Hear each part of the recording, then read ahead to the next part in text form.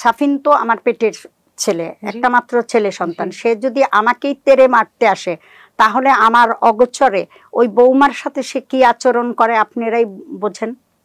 এটা তো আমার কাছে মনে হচ্ছে সে তো মেয়েটা মুখ বন্ধ করেই থাকে, তার উপরে হয়তো আরো আমার নলেজের বাহিরে আরো নির্যাতন চলে। ছেলের পাগলামি তো সীমা লঙ্ঘন করে গেছে বললে ভুল হবে না।